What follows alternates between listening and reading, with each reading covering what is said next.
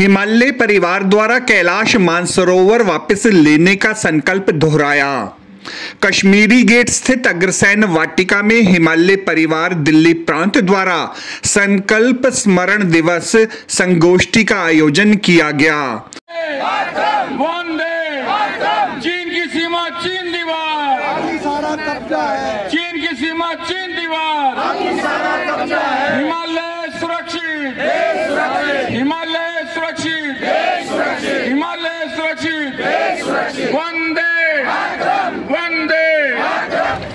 जो ये पंचशील समझौता था हमारा, उसका उपहास था चाइना ने किया।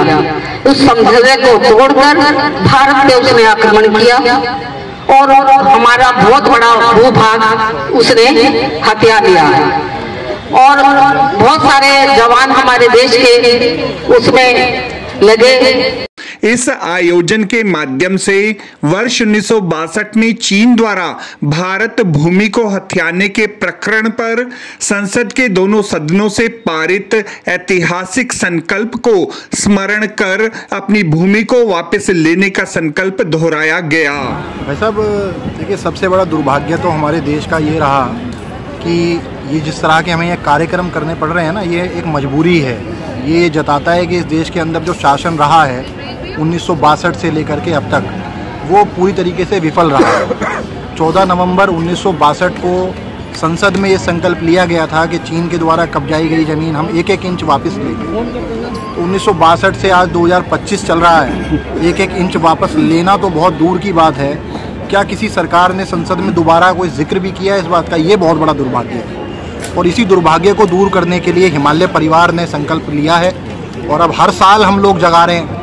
अपने सांसदों को हमने लिख करके पत्र भी दिया है हिमालय परिवार की तरफ से, ताकि वो संसद में जाकर के सोई हुई नींद से जागें और सरकार को भी जगाएं और जो संकल्प 1962 में लिया गया था उसको फिर से दोहराएं और चीन से अपनी ज़मीन को मुक्त कराएं।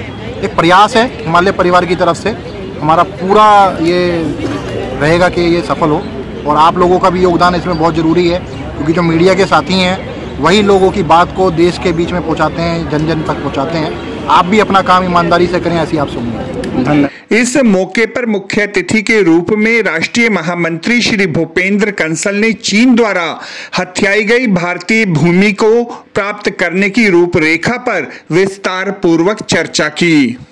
सर, जो कैलाश मानसरोवर पर चीन का कब्जा है 6 दशक से अधिक समय हो गया, कैसे छुड़ाया जाएगा?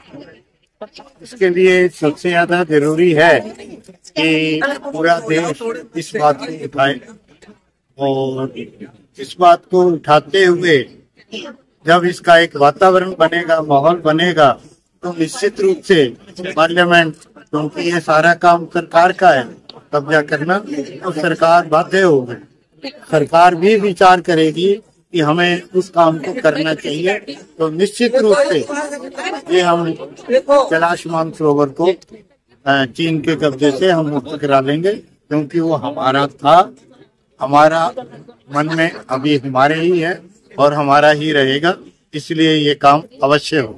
कार्यक्रम की अध्यक्षता दिल्ली प्रांत के अध्यक्ष श्री दयालु महाराज ने की। उन्होंने कहा कि भारत का प्रत्येक नागरिक अखंड भारत को बनाने के लिए कृत संकल्पित है। तो जो चीन जैसी शक्ति है वो घुटनों पर आए, क्या रणनीति रहेगी, स्ट्रेटेजी रहेगी आपकी?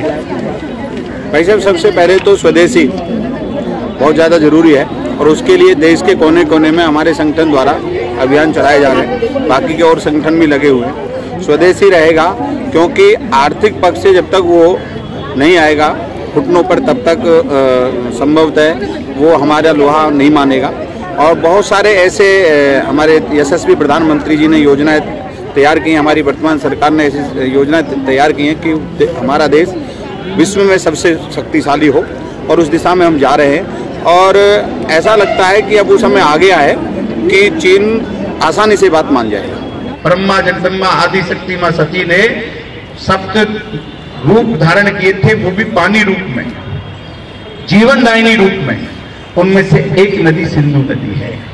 वेदों में एक श्लोक आता है, गंगा च यमुना च गोदावरी सरस्वती निर्विदे सिंधु कावेरी जल में सनिधु गुरु। सिंधु और कावेरी ये सती मैया का एक स्वरूप है, जो आदि शक्ति परमा जगदम्बा का स्वरूप है। और ये हम सबकी रक्षा करने के लिए, सनातनी की रक्षा के लिए है, हिंदुत्व की रक्षा के लिए, सभी जीव मात्र प्राणी मात्र की रक्षा के लिए है। और वो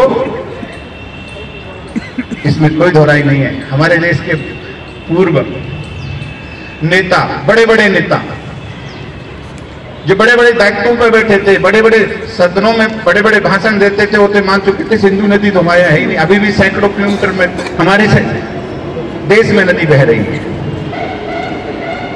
जिन्होंने पाकिस्तान को घुटने फैला दिया, हमारे हिमालय परिवार के संस्थापक माननीय इंद्रेश जी भाई साहब ने हिमालय परिवार की रचना करी। संघ के दिशा निर्देशन में ये परिवार चलता है। उठो जवानों अपना सीना तान के, उठो जवानों शायद लड़ना पड़ जाए चीन पाकिस्तान से, शायद लड़ना पड़ जाए चीन पाकिस्तान से। बैठा है आस लगाए हिंदुस्तान फूट पड़ जाए, बैठा है आस लगाए देश में फूट पड़ जाए बड़े अरमान से। इस अवसर पर संस्था के महामंत्री श्री जयंती ठाकुर एवं रविदत्त सहित राष्ट्रीय राजधानी क्षेत्र दिल्ली भर के आए हुए प्रांत स्तरीय पदों के महान अनुभवी उपस्थित रहे। आज के कार्यक्रम का उद्देश्य क्या था और कितना सफल मानते हैं आप? आज का कार्यक्रम हमारा हिमालयन परिवार की ओर से है। 14 नवंबर 1962 को जब चाइना ने हमारी जमीन हथिया ली थी, तो हम हर साल हिमालयन परिवार की ओर से संसद में, राज्यसभा और लोकसभा दोनों में याद दिलाते हैं कि हमारी जमीन को चीन से मुक्त कराया जाए। और अभी 30वां सिंधु दर्शन होने जा रहा है। सिंधु नदी पर जो हिमालय परिवार प्रोग्राम कर रहा है पिछले 30 साल से, इस बार वह 30वां प्रोग्राम है, जिसमें कि इस बार वहाँ महाकुंभ लगने वाला है। और हम पूरे देशवासियों को प्रेरित कर रहे हैं कि वहाँ जाएं और स्नान करें, सिंधु के दर्शन करें और सिंधु का स्नान करें और वहाँ से जल लेके आएं, जिससे घर में सुख समृद्धि आएगी, देश उन्नति करेगा। इस अवसर पर पहुंचे हुए आगंतुकों ने चीन की ओर से अधिकृत की गई भारतीय भूमि, तिब्बत की स्वतंत्रता और राष्ट्रीय चेतना को सशक्त, सुदृढ़, व्यापक और सार्वभौमिक बनाए जाने की आवश्यकता पर बल दिया।